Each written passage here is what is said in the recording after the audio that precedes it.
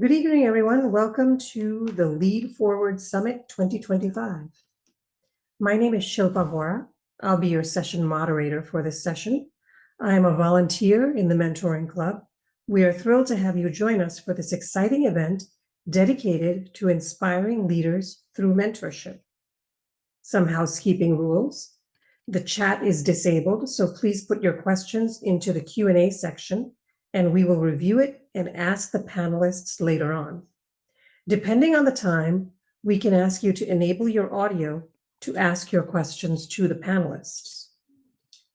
This session is a panel discussion entitled Celebrating Women in Leadership, Inspiring Stories of Advocacy and Allyship.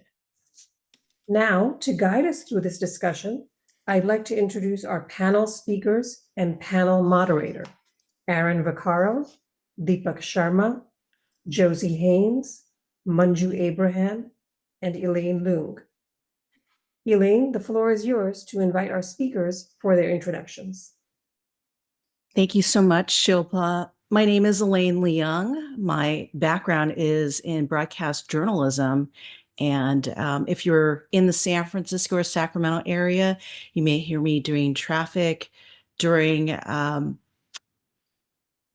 Forum, several stations, but during Forum on NPR. And when I'm not on the air, I am a professor in the Broadcast and Electronic Communication Arts Department at San Francisco State University.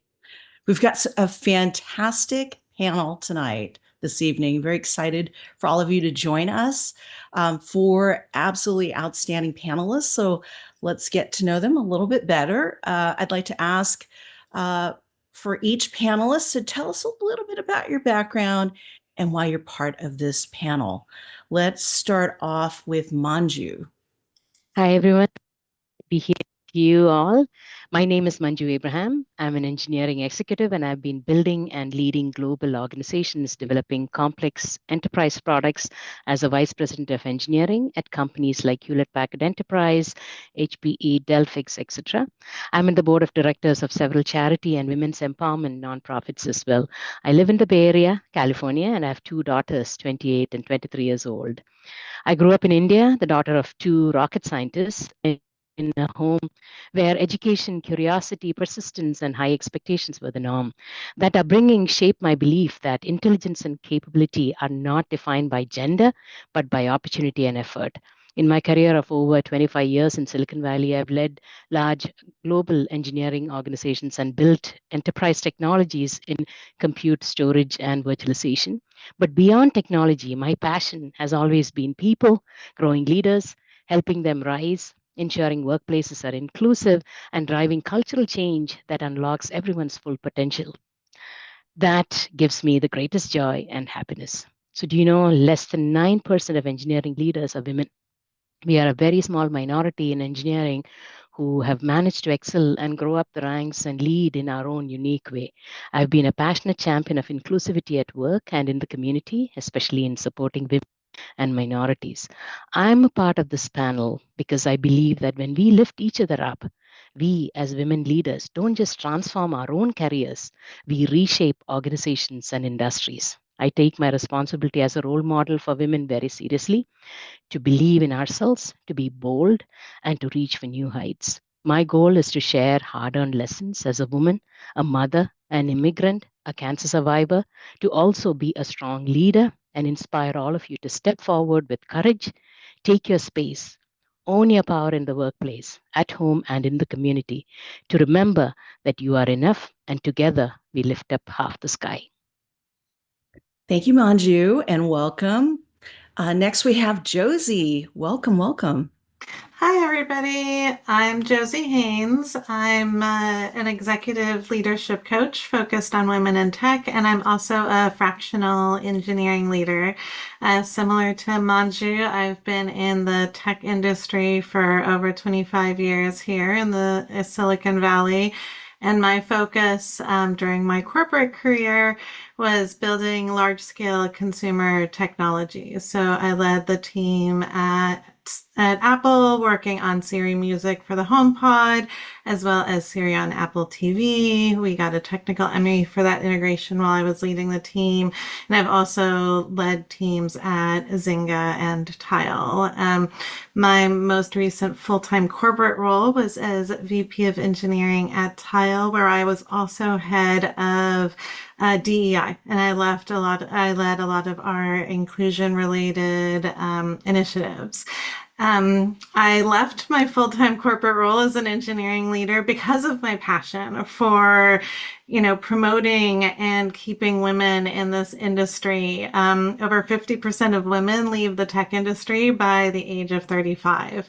And I want to be on a mission to change that. And so I've become a leadership coach for women in tech to help empower them to not just stay in this industry, but thrive. And, I often see there's things that can hold us back from that we have the power to change. And so helping women navigate the challenges of being in a women dominated space. And so that's why I'm on this panel is, my work really focuses on helping women architect their own success and it be recognized and take up space in their leadership roles. And so I'm excited to share insights on how we can drive real change for women in leadership today. Excellent. Thank you, Josie. Welcome. And next we have Aaron.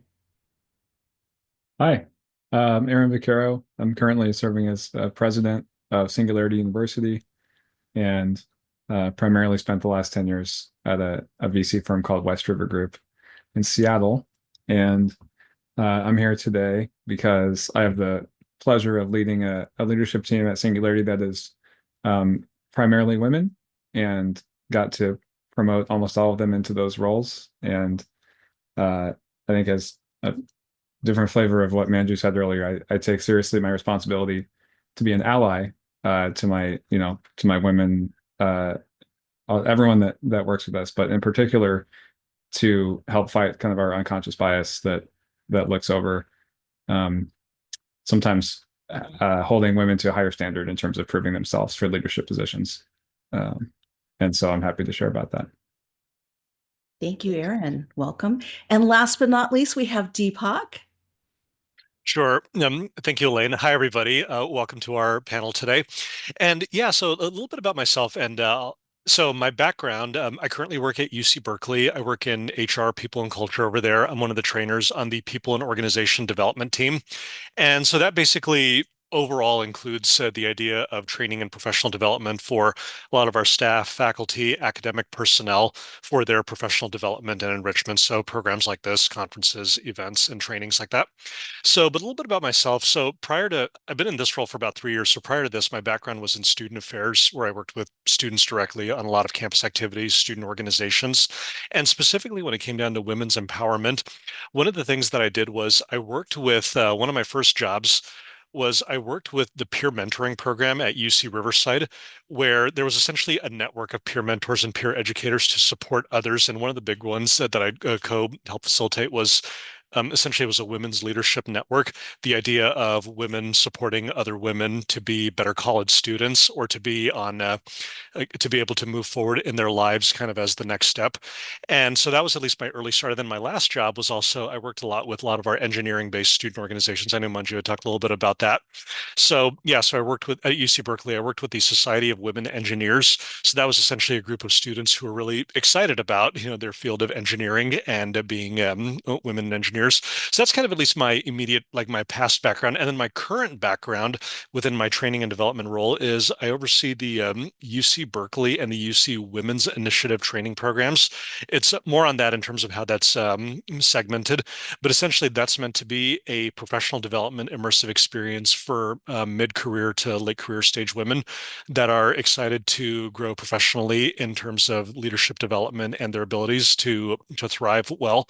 So that's one of the programs that at least I spearhead through my role. And so I'm really excited about that. And that's definitely one of the programs that I think really does thrive and elevates women in leadership and essentially women in the workforce for their needs professionally. Great. Thank you so much, Deepak.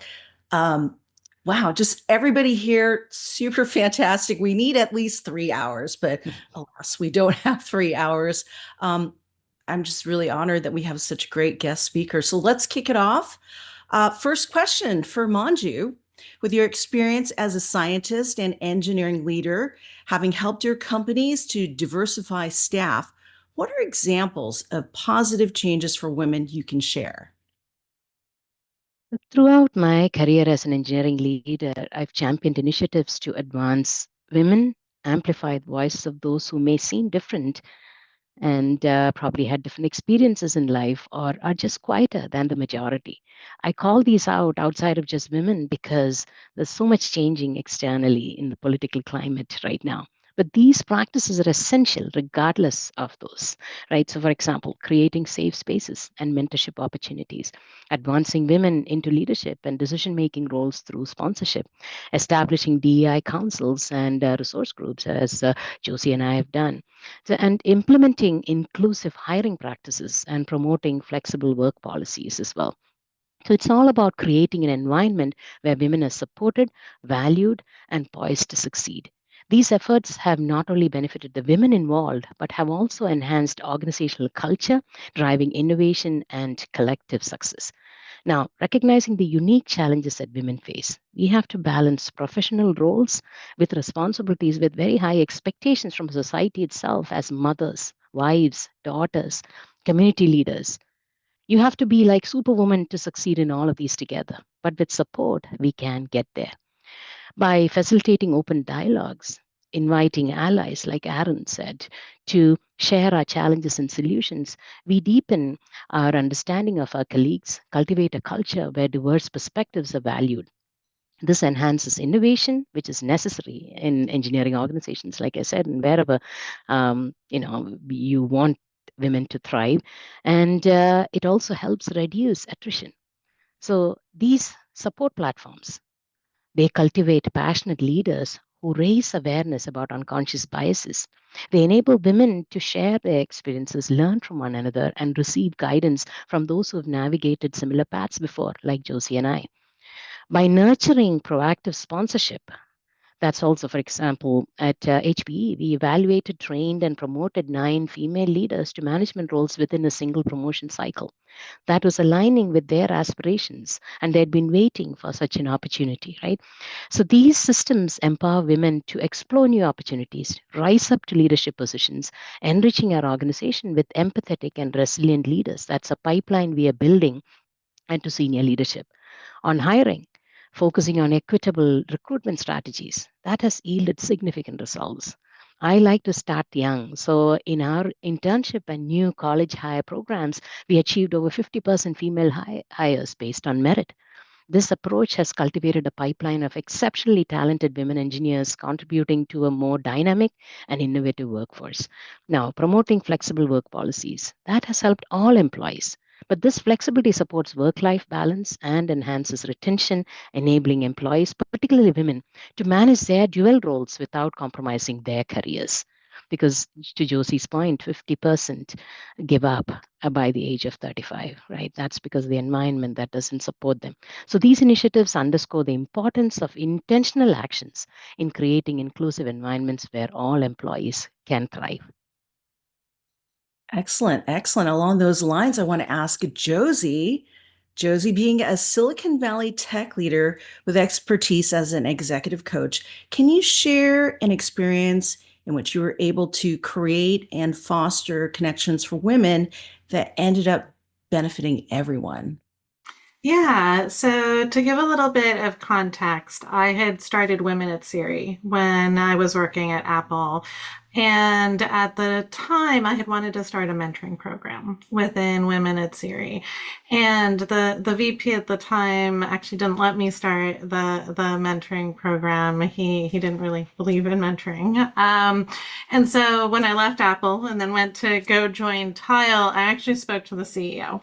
As I was going through the hiring process. And I said to him, if you want to hire me as your platform engineering director, I want to make sure inclusion isn't lip service. I had designed this full mentoring program. I want to start this mentoring program. And he said something that surprised me. He said, I have promised my wife and daughters I want to make Tal the best place for women to work in the Valley. So I loved that. And so I joined and we delivered on that promise, right? So I actually headed up our inclusion efforts, as I mentioned. And it was a team effort. I truly believe if you want to have a well-rounded and successful DEI program, it's not just one or two people. It is a whole commitment from leadership, and it truly was. And so we started the mentoring program, and within the first year, it didn't just help women. Actually, 8 people within the company, both of all genders, were able to switch roles within Tile, which both, expanded their careers and strengthened the company's ability to have internal mobility.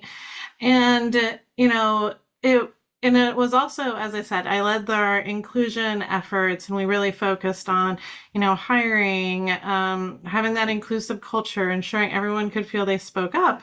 And, I left a while ago, but to this day, I still get messages from former colleagues saying how much they valued that unique and inclusive culture that we had at Tile, because they were able to feel seen, valued, and grow in a way that they don't always feel at other companies. And so, from a leadership perspective, it really showed that inclusion and mentorship and sponsorship, they're not just nice to haves. They're not just about, supporting the underrepresented minority. When we invest in these programs and we invest in diversity and inclusion, we're actually elevating everyone.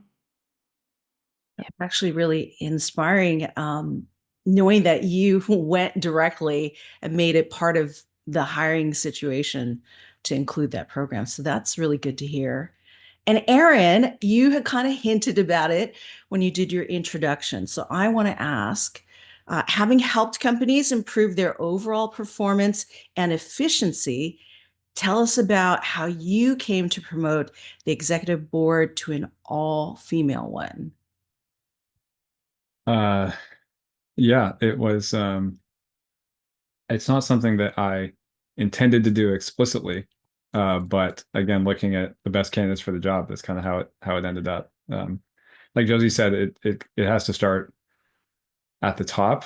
When you talk about things like what I mentioned earlier, this unconscious bias, right? So I don't have the research in front of me, but there's been plenty of research done on hiring bias, and everything from women not applying to roles unless they meet 90% of the qualifications versus men will apply for something they're wildly underqualified for, to short lists of candidates being not balanced, to what I noticed when I took over my current position is you have a lot of women basically doing the job of the position above them without actually getting the pay or the title. And so in my specific case, I joined Singularity as the president almost 2 years ago. And we had, it was a situation where I was brought in to make some changes. And we were losing, I'm going to say, let's say around $5 million a year at the time. And I made a pretty dramatic change to the leadership team, which was primarily men, later career men in the C-suite. And I had this team of all these women who were directors and incredibly talented and were doing the jobs of basically their boss or people above them, but not actually having a seat at the table on the leadership team or getting paid what they should be. And so I ended up changing the entire leadership team except for one person who was already there. And it was all 5 women. I've added one more person now who's a man.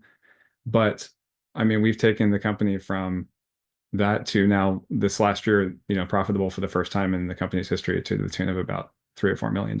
So incredibly proud of them, all people who were working really hard, not getting recognized for it, and had not, just because they hadn't had a leadership position before and hadn't proven that, they had been, passed over And so trying to, it has to start at the top though, to consciously see like, we're going to promote people based on potential, not just men, but anybody. And it's worked out great. That's really exciting to hear. I wanted to piggyback and ask, did you get any pushback when you were starting to make these decisions at the time? That's a good question. I mean, I had basically a mandate from the board to do what needed to be done. And so I basically said, this is the team that I want, and that's going to help us, get this done. And thankfully I had full support from the top, from the board, which was great. Uh, and like I said, I wasn't looking for any specific composition. I just was looking for the best people for each job. And it so happened that we had people in the company already doing those jobs fantastically and just not getting the voice or the recognition for what was essentially already a leadership position. And so, yeah. And the reason I'm excited about the mentoring club and why I was attracted to this, and Lisa, when we first met, was sometimes like to break out of that shell and really bloom is like what you actually need is mentoring. Like you have these people who are talented but haven't been given the mentor the way that I was probably when I was recruited, and have had a partner that took me under his wing for a long time. And so mentorship and close mentorship is what it got me to where I am. And so I think this is a great mission that in particular for women, like Josie was talking about, in that stage of their career that need that maybe just a little extra help and guidance to like to get in there and and take off. That's fantastic. That's what the mentoring club is all about. Totally. That's why we're here. Deepak, so your background is in higher education. Your expertise is in trainings and conferences, similar to what we're doing today. I want to ask you, can you share some of the positive results that you've seen from your women's workshops that you've put on? Absolutely. So a little context that I'd mentioned earlier in the beginning about one of my current programs, the UC Berkeley and the UC Women's Initiative. So what this program is the UC Women's Initiative. It's it's essentially a quarter-long program that's meant to inspire women to grow professionally, where they go to different training seminars, workshops. That's at least the format of it. I'll just kind of say the format. And so, a lot of times those experiences are very transformative. They will come back and advocate for women on campus. They will come back and, celebrate this idea of being representative in their current fields. So for example, some of them may join the UC Women's Initiative for the idea that, they're not the first woman in their profession. They are maybe the third or fourth, or at least like the third or fourth generation down, and they want to keep that legacy going while also feeling supported, validated, and to be able to move forward. And at the same time, there are also some, who they might be the first woman in their family to go to college. They might be the first to graduate and essentially have a professional position like what they're currently in. And they want to use a network like this to feel supported. So that's why a lot of times they would join the UC Women's Initiative. So that's at least one of the programs that I co-support with the UC Office of the President. But then on the flip side, sorry, my dog. On the flip side, we also have, because there are so many people that apply for that program and they can't get in, it is relatively competitive. We host a companion program, which is the UC Berkeley Women's Initiative. So this is where I'll talk a little bit more about it, the one that I have a little bit more oversight over. So in terms of the curriculum, so some of the curriculum that I've done with the UC Berkeley Women's Initiative, it usually takes place in the fall, and it's a one-day immersive experience. So where we have different speakers, presenters, even some faculty members from the university present. So some of the topics that we've had in the past, we had one of the ones where it was a panel of women, some professors and vice chancellors essentially speak about their career journey and how they got to where they are, like their pathways. And oftentimes the hope is that when people in the audience see that, they think like, yes, I could see myself going through a similar journey as well, and maybe reach to that level, or at least reach to that next level that I'm currently at. So that's oftentimes one. So that's one speaker that we had, or one set of speakers. And then some external speakers that we had. We had one who's the author of a book about embracing your flaws. The idea that flaws are who we are. Like it's that's the flaws in our lives are essentially the the stepping stones to life and the future. So she coined the phrase being flossom. So that was essentially one idea, like, flossom as an awesome, flaws are awesome. So I think that definitely really resonated well with the audience. And I thought that was really nice also, where on the flip side, the idea is not to strive for perfection. That's kind of the idea, like not to strive for perfection, but how to strive with what you learn from flaws to be able to learn from mistakes and to be able to progress forward. So it's kind of a mixed match of different messages that we have. And then I'll also use one more example. And then another training partner that we've worked with is Coro Northern California. They're based in San Francisco. And so Coro Northern California, they do a lot of trainings like this, just for um, public corporations, private clients, things like that. So they've done a few trainings. They did one recently on the art of negotiation. So this was a really good one. This one was pretty powerful, where the idea that oftentimes, the assumption that women have to negotiate their salaries up front when they're hired. And I know something that Aaron had mentioned earlier in his part of this presentation. And, but the idea is that negotiation does not just have to end when you get a job offer and that's it. And then you have to activate those negotiation skills for the next job that you apply for, but rather the idea of negotiating life needs, whether it's working with people in your organization, your supervisor. So this one was a 2-hour workshop where there were different training exercises in terms of presenting scenario A and how to respond with answer B. And if B doesn't work, how to go to C, how to go to D, like so things like that. So different scales of response.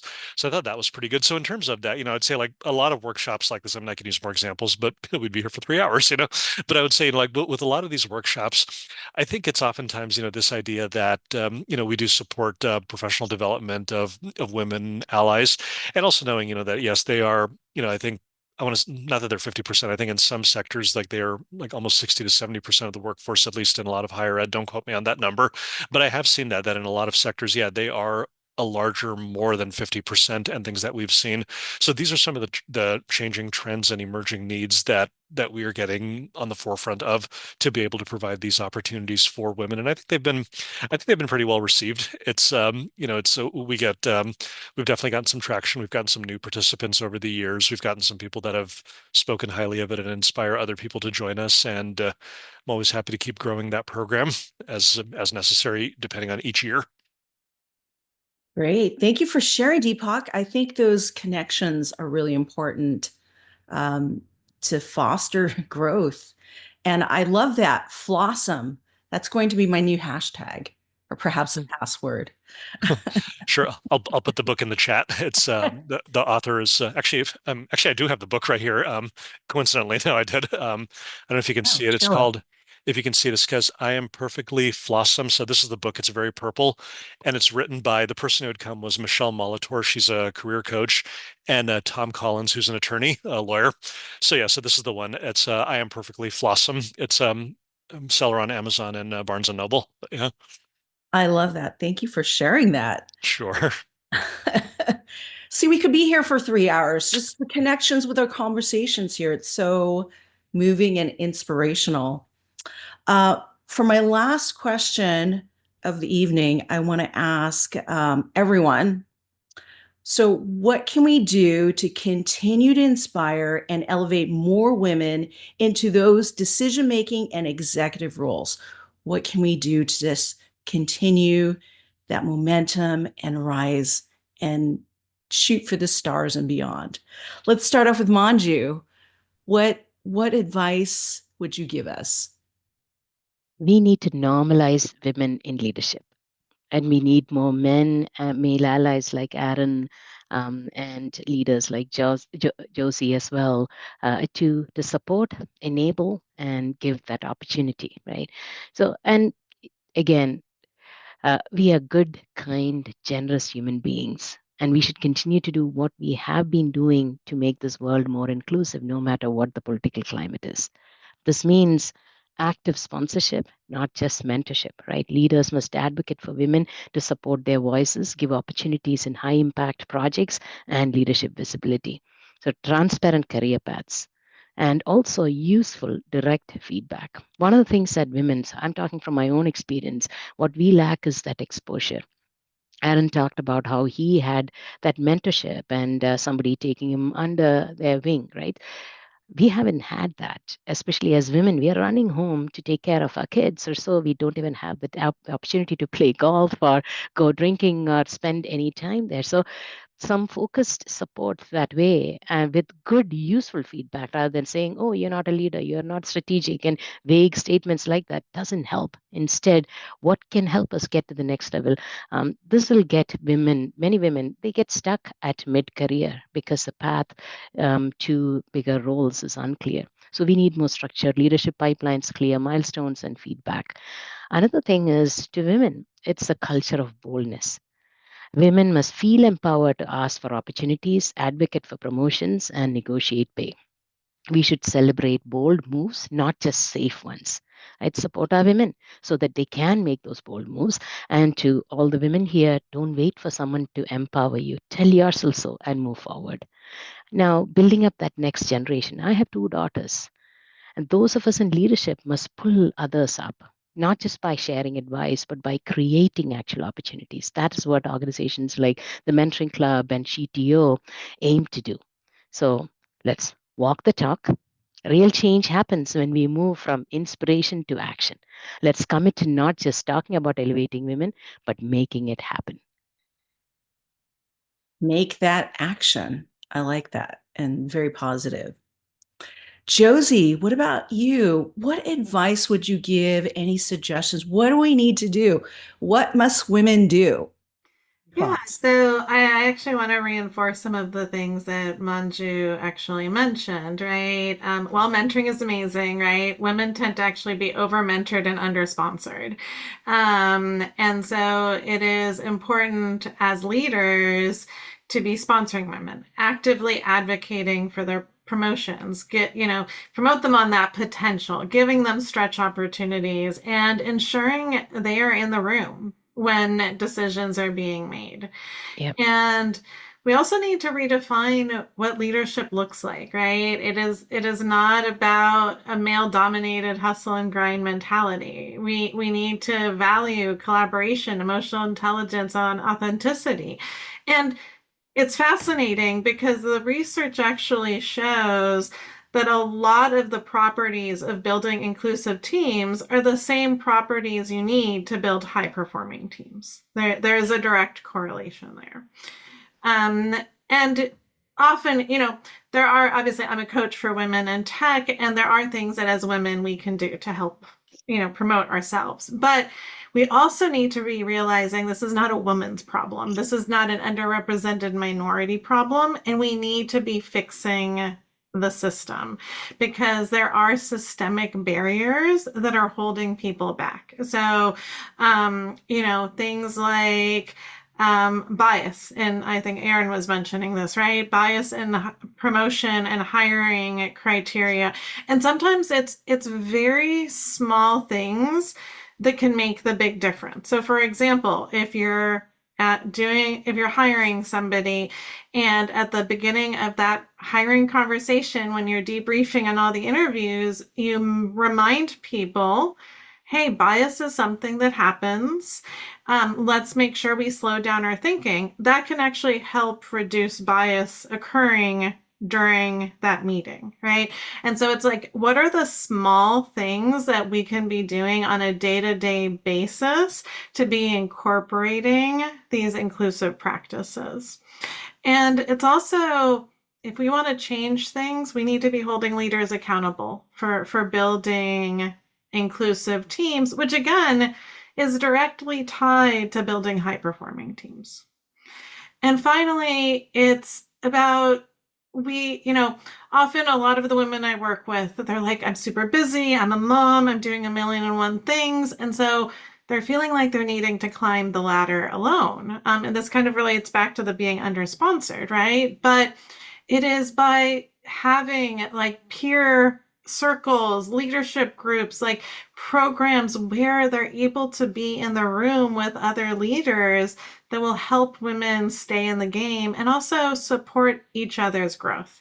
And we're going to rise higher when we lift each other as we climb. That was well put. I think I need minutes on that. Thank you for sharing that, Josie. And Aaron, you practically did everything that Josie was talking about. What can you tell our leaders out there, the decision makers? What do we need to do to have more women on more boards? You just have, I mean, it's going to sound stupid, but you just have to do it.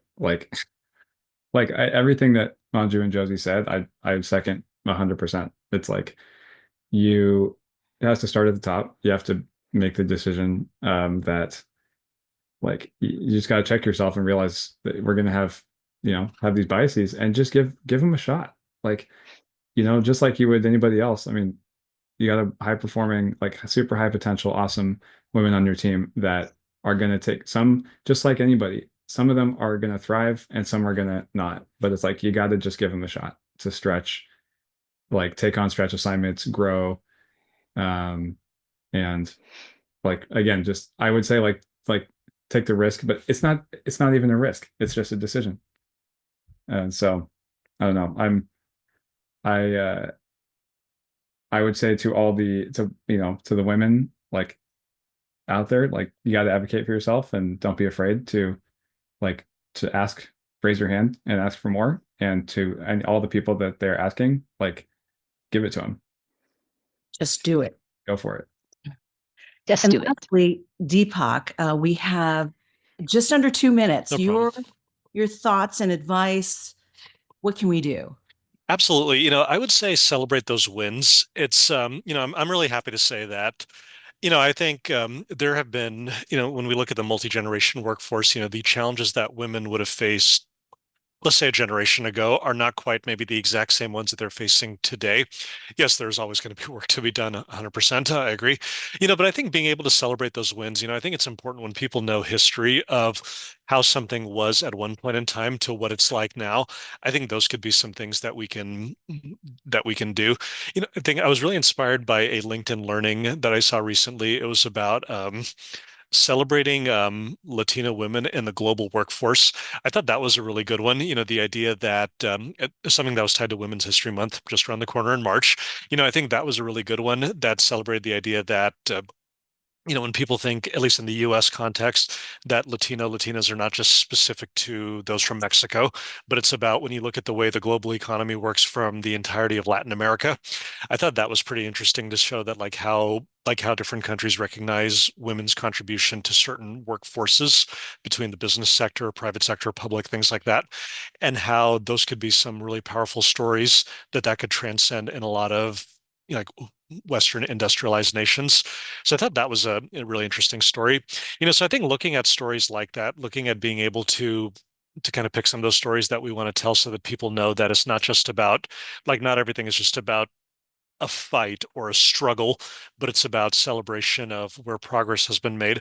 I think those are probably some things that's oftentimes like the lantern or the light that'll guide people forward to know that, great, we accomplished something in the past. What's the next thing to accomplish?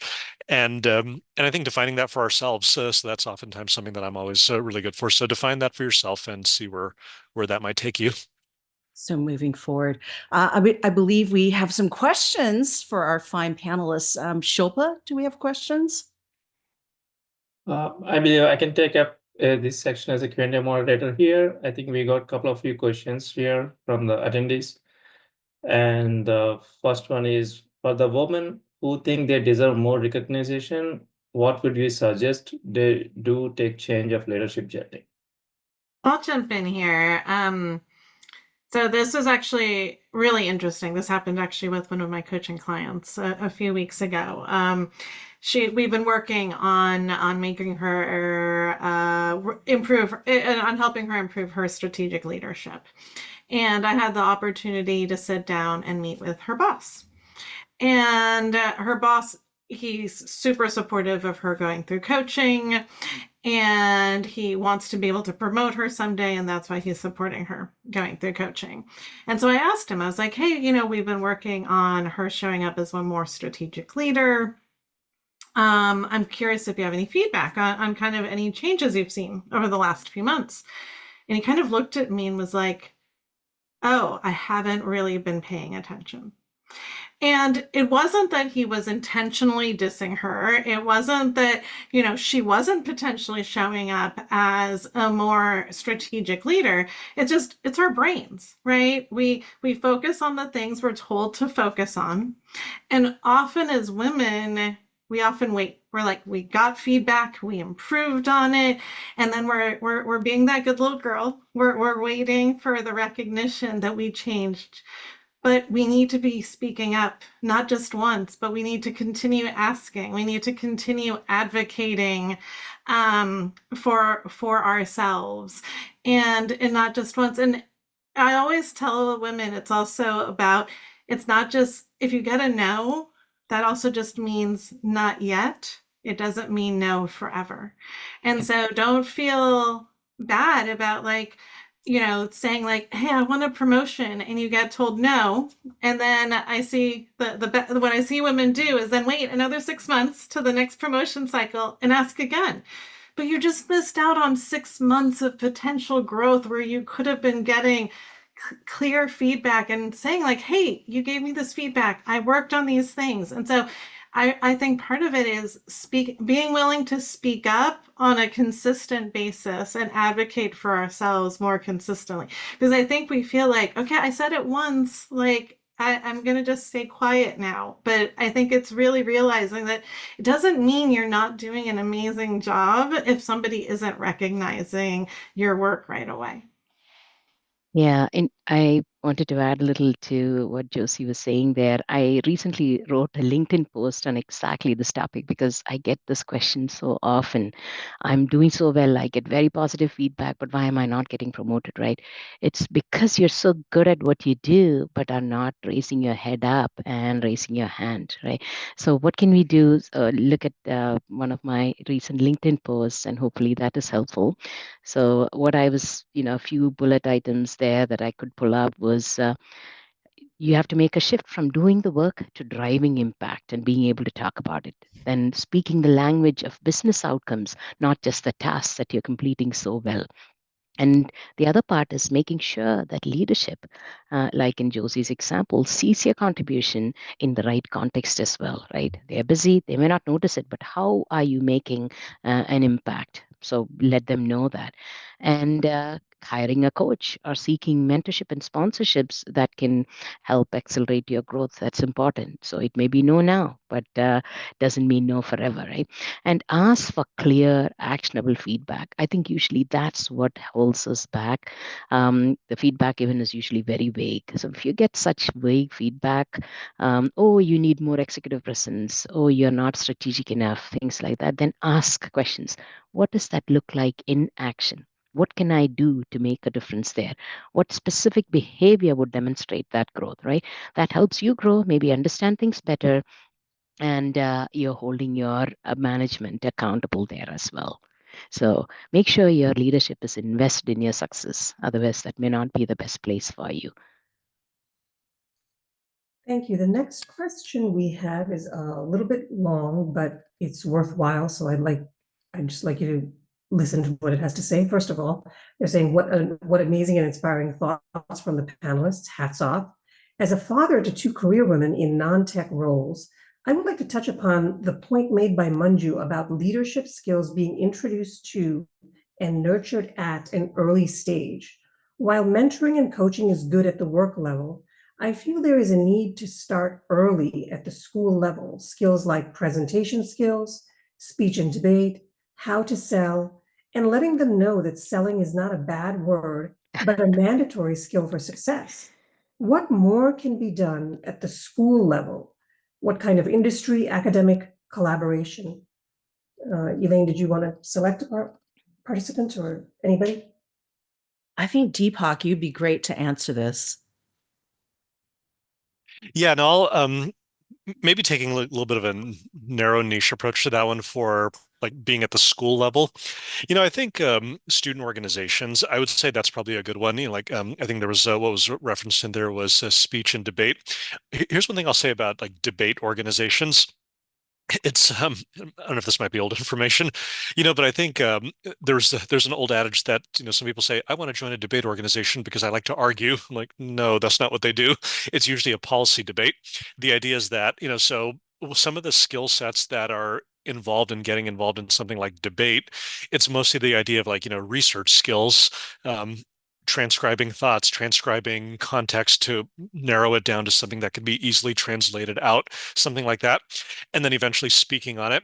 I would say it's one of those things when you think about all the different skill sets that somebody can acquire along the way to achieve a project or to achieve a goal, being able to put that together, I think that's probably a really good one. It's like it comes down to this idea when people say, oh, write out your resume and bullet point what your job responsibilities are. Yes, that's true. Like once we're at this level, in our lives, but I'd say like for children, college students, high school age children, things like that, or, girls as well. I would say, yeah, thinking about, everything that somebody has learned along the way and like really micro thinking about what skills they've developed from point A to point B or all the way down to Z, and then being able to put that, I think that's a really good learning journey that they can share and essentially have as part of um, their arsenal of thought, it's or accomplishment. I think that could probably be one way to have that. And I think on that note, I mean, I think that's a good life skill for really anyone, but I think being able to communicate that, putting that together, showing like a learning curve, I think that's probably something that's quite powerful, at least from a learning and development lens. Kind of my thoughts on this one. Let me see if there was any more nuance to that question. Shelf, I know you read that question. It was kind of long, but if there was anything else. I think Ken was making several important points already in his statement Sure. plus question. So I agree with what he's saying, and that's one of the things that wasn't a focus when I was growing up, studying, even coming here. So it is. When you, for example, when you're looking for a job, what you recognize is that you are your own CEO, your CMO, your CSO. You have to sell and be able to project yourself in the best way. And by the way, CHRO also, you have to make sure that you are okay to deal with failures too, right? So Yeah. teaching our children, our kids, our women especially, to not just, so I was taught, for example, to be seen but not heard, right? So that was the culture that we were brought up in. So public speaking and all was not necessarily a focus, but it is important. It is important to be able to succinctly project and represent your value proposition as well. Another thing is networking. I used to think of that as a bad word, right? So as though you're going after something and you feel obliged to handle situations there. But those are skills that we need to develop, and it's important to teach our girls that it is okay, it is good to do that, and how to do that in a professional and appropriate way. Thank you. We're about 2 minutes away from closing. Are there any final thoughts from any of the panelists? Elaine, if you'd like to take that and direct it any way you wish. How about Josie? Closing thoughts. Yeah, actually, there was one question that we didn't get a chance to answer, and so I wanted to speak to Lauren's question here and kind of my closing thoughts, which is, I think if you have a lot of people saying, I'm sorry, I know the job search is hard. I mean, you're going to get that in the current economy, but it really is a networking numbers game. And so find the companies you want to work at, find people to network at those companies. I think one of the things people don't often realize is it's actually our second degree connections who are more likely to help us find a job than our first degree connections. So see who knows people at those companies who can introduce you. And even if they don't have a job opening right now, by making that introduction and getting to know people, you will be in their mind. And so I had wanted to put that out there as kind of a response for Lauren. Thank you very much. Liesel has posed a very interesting question. Do you have visibility about the state of women's struggles in other parts of the world besides the US? For example, if I'm a high-performing woman leader in Asia or Africa, do you know programs that could be helpful to them? I know multinational companies have programs in all of their branches. So, for example, at HP, at Delphix, and at App, we had equally strong women's resource groups and support programs at those sites as well. And the support from leadership here.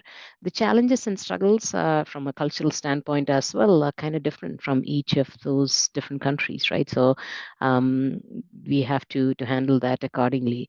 Many a time, it's also about being able to communicate in multinational companies with people, the accent. One of the challenges, for example, when I had a team in Noida, in India, was that the style of communication it's not always understood well in when they speak up in meetings with leaders. So one of the things was to start a Toastmaster kind of program there, which helped tremendously, right? So the Excellent. communication point that Ken was talking about, it helped and it builds their leadership skills and confidence also. So similar types of challenges that way at work that we can support, but then there are several cultural implications also, which we need to understand and support. So local leaders have always been my go-to connection to enable these. You fund them and support them, and it can go a long way. Before we wrap up, I'd like to extend a heartfelt thank you to our incredible panelists, Aaron, Deepak, Josie, and Manju, and our excellent panel moderator, Elaine. Your insights and expertise have truly made this session valuable and inspiring. We appreciate the time and effort you've dedicated to sharing your knowledge with us. Let's all give a virtual round of applause to them. We value your feedback. Complete the session surveys to help us improve and continue delivering impactful events.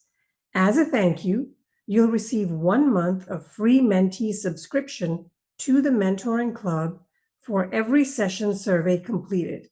For example, 6 completed surveys equals 6 months free. A discount code will be sent to you a few days after the event. You can use it for yourself or gift it. Plus, the first 10 respondents will receive exclusive giveaways, including the Mentoring Club t-shirts and caps. Please note shipping limitations may apply to Oceania, Africa, and Asia due to higher costs. Thank you for helping us make a difference. Ready to dive deeper into leadership development? Join our premium workshops for in-depth, multi-session learning experiences over the coming months. These workshops build on today's workshops insights and are designed to help you grow as a leader. Scan the QR code to learn more and sign up. Loving today's session? Take the next step and become a mentor or mentee. Scan the QR code to join the Mentoring Club and make a lasting impact. Get the VIP pass for on-demand access to all event recordings after the summit. It's perfect for rewatching your favorite sessions or catching the ones you missed. We are offering the VIP pass for $13 for 13 sessions. To celebrate our 9th anniversary with you, we are extending a 9% discount when you subscribe to the VIP pass today. Simply scan the QR code. Please join us for the next session, which is a keynote entitled Memory Mastery, Empowering Leaders Through Cognitive Excellence. In the meantime, feel free to connect with fellow attendees, share your thoughts, and engage with one another in the chat. This is a fantastic opportunity to expand your network and exchange ideas with like-minded individuals from around the world. In just a moment, we'll play a special 10-minute video introduction about the Mentoring Club, TMC. This video will provide you with a deeper understanding of TMC's vision, mission, core values, and insights from our mentees, mentors, volunteers, donors, and supporters. I'll remain here, so if you have any questions or need assistance, don't hesitate to reach out. Let's make the most of this time to connect and learn more about the amazing work TMC is doing.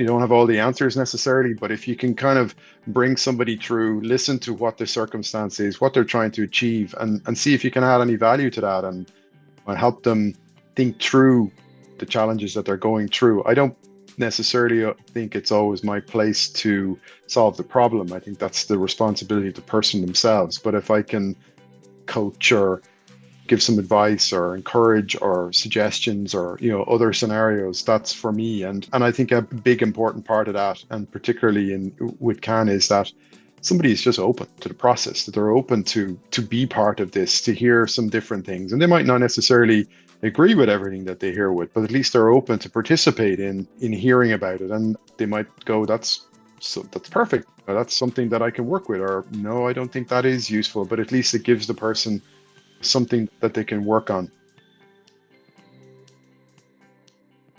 I am a leader.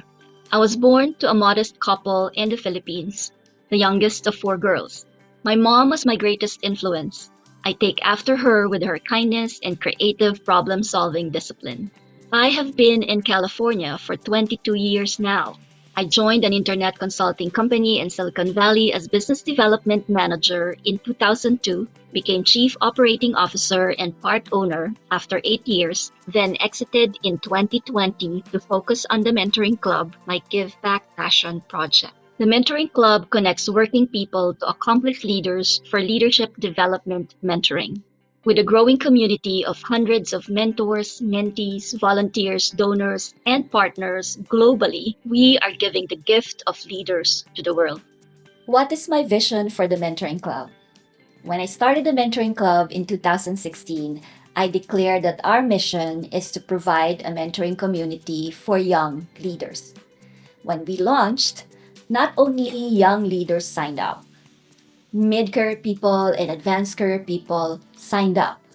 And so we evolved our mission to provide a mentoring community for aspiring and seasoned leaders, where seasoned leaders refer to both the mentors and the mentees.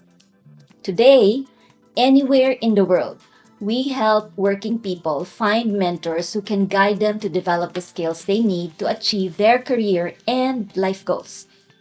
We help mentees fulfill their goals through meaningful work that creates positive impact in the world. We believe that when we're doing meaningful work, that's when the leaders in us come out, because we care about the results. And when we care about the results, then that is how we can make a positive impact in the world.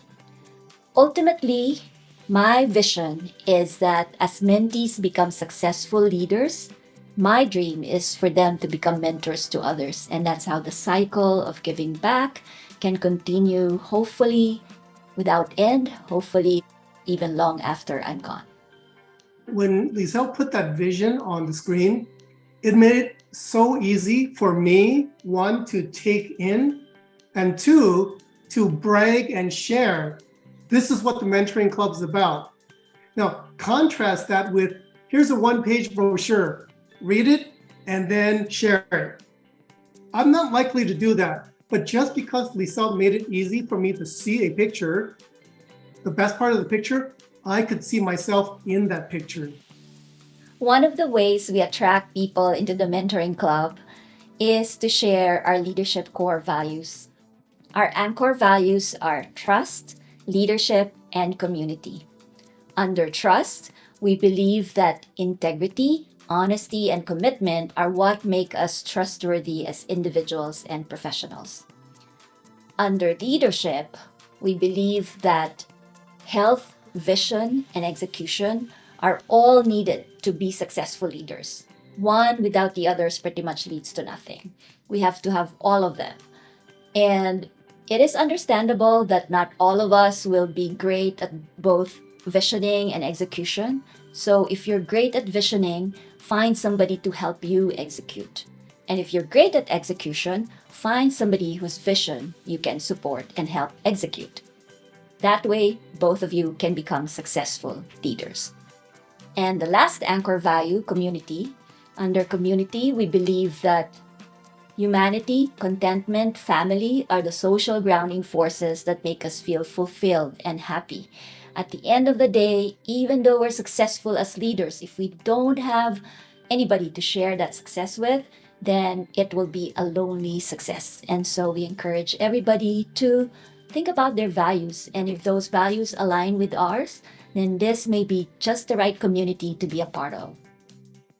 What are the proofs that the vision and the mission are being realized?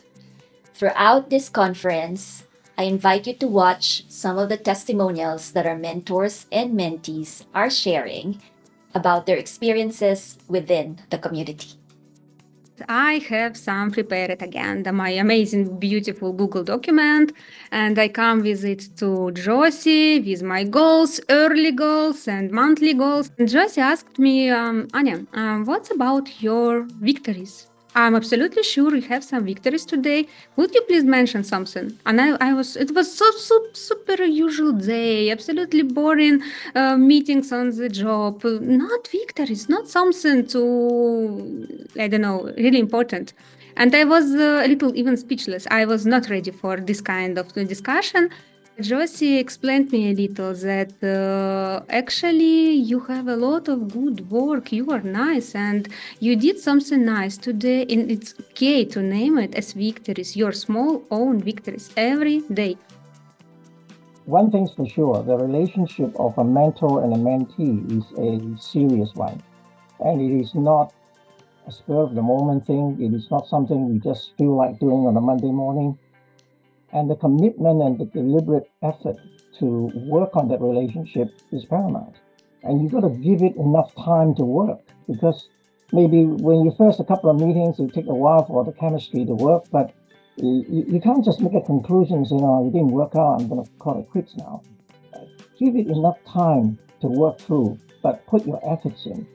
But for the mentor, I think in particular, it's not like you've been engaged to do a one-session advice and then you can click off and then not worry about it until you meet again. Mentoring is about thinking about the other person when they're not there. You need to think about what is the next step. What are the next things that you could add value to their lives? Whether you have it or you don't have it, you can research it or you can talk to your friends about it. But in other words, you need to be thinking about that individual that you're trying to care for.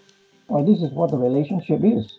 So if we have the attitude of reaching out to try and provide as much as we can in a loving way and a caring way, then I think the mentee will benefit either way, and you will benefit from the response that comes back.